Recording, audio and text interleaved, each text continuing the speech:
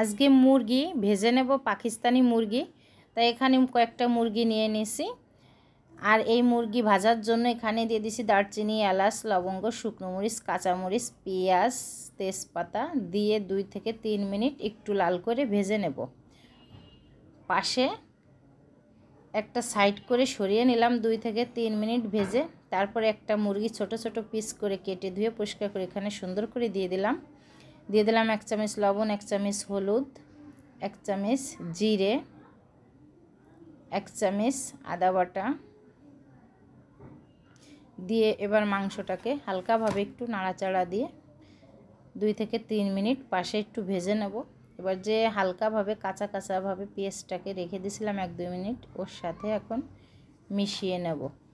একসাথে পেঁয়াজ, মরিচ ও মাংসটাকে দিয়ে ভালো করে ভেজে নেব। আর এটা পাকিস্তানি মুরগি, একটু নরম নরম থাকে, অল্প ভাজাই কিন্তু হয়ে যায়। আর এভাবে ভাজলে কিন্তু ভাত দিয়ে খেতে অসাধারণ। তা এর ভিতরে এখন দিয়ে দেব একটু ঘরে বানানো টমেটো সসটা দিয়ে আরও 2 মিনিট ভেজে নেব। ভাজা এখানে আরও 2 মিনিট ভেজে নিলাম। দিয়ে দিলাম এর ভিতরে একটা পেঁয়াজ কুয়া কুয়া করে এবং একটা টমেটো পিস পিস করে দিয়ে 2 মিনিটের মতো একটু ঢাইকে দিলাম।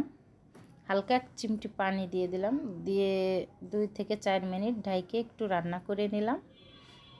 এখন এটাকে যে পানিটা আছে একদম শুকিয়ে নেব, কারণ এই মুরগিটা আমি ভাজা ভাজা করব।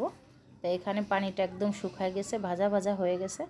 আর আমার এই ভাজা ভাজা হয়ে গেছে। এটা ভাত বা রুটি যেটা দিয়েই খান না কেন অসাধারণ লাগবে। ভালো লাগলে লাইক, শেয়ার, কমেন্ট করুন।